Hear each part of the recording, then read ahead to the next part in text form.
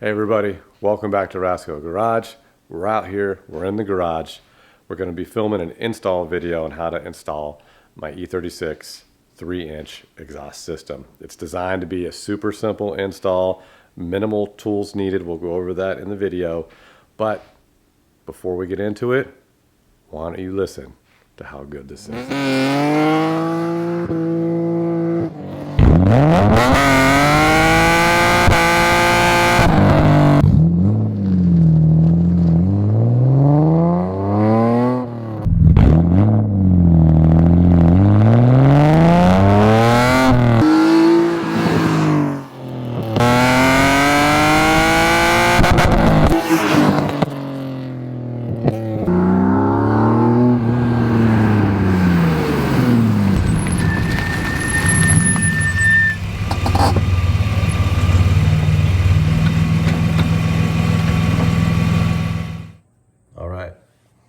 First thing I'd like to point out here on the rear of the car, this is where the muffler goes. So there is a couple of options of where you can have your exhaust hangers here. Now I don't know if everybody's car is the same, if not, but there is additional studs, at least on my car, so I'm assuming they're on all E36 platforms. I have a E36 M3. So I don't know if the 325s or 28s are the same, but anyhow, the orientation is all the way out, and I have the hanging brackets on the inside location of these. I think you could flip them to the outside, but either way, if I pan out, that is the orientation that my exhaust fits. So, and you can also see I have these finger tight where there's a nice gap, a ½ inch in the opening. Same over here. So we'll get the muffler section and we're going to get that installed in here and snugged up as a first step. All right, so the way I have my hangers orientated, I have one hanger that faces towards the rear car that you can see pictured here, and on the opposite side it faces the front of the vehicle, so that way the muffler it will never be able to fall out of the car because if it moves forward, it's going to get caught by one bracket. If it moves a little bit backwards, it'll be caught by the other bracket by design. So I found it best to slide in the driver's side bracket forward. And then once you have that, you're able to swing the exhaust hanger. You can kind of swing it forward and backwards to give yourself room.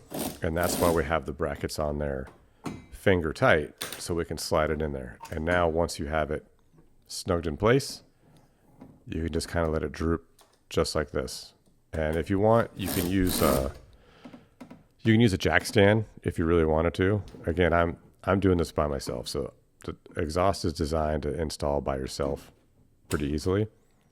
And just like that, we'll snug this one up. Now your rear section's in, just like that. That's the muffler section snugged up on both the hangers. You can see this one's tucked up in here, but now you can just let it hang. You can also put a jack stand down there if you'd like, but it'll hang in here just fine. Next up, we have to install the rubber hangers, and they just slide on just like that.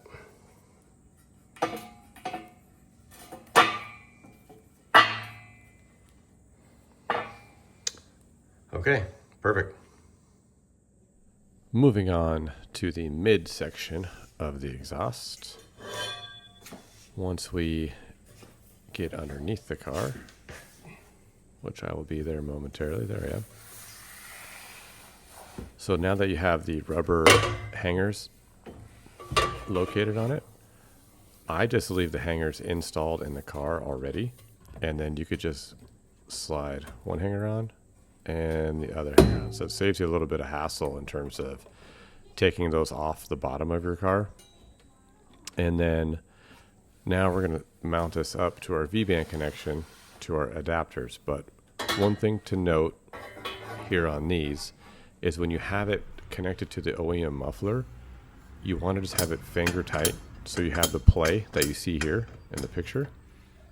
So just, yeah, finger tight, because that'll give you enough articulation on the V-band section to fit it up nice. And then I recommend getting a little extension, a wobble socket, and a 15 mil, and that'll help you tighten up those bolts there on the adapter flange to the OEM flange connection. So I wanted to mention that because on my setup, I have prototype headers on my car that I'm bolting it up to. So I don't have the actual OEM flanges on there.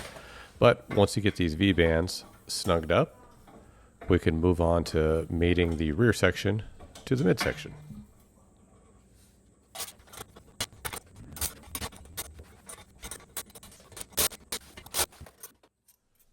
All right, and so the final step here is going to be joining the midsection to the rear section. So make sure you put your V-band clamp on first, and then snug the two sections together.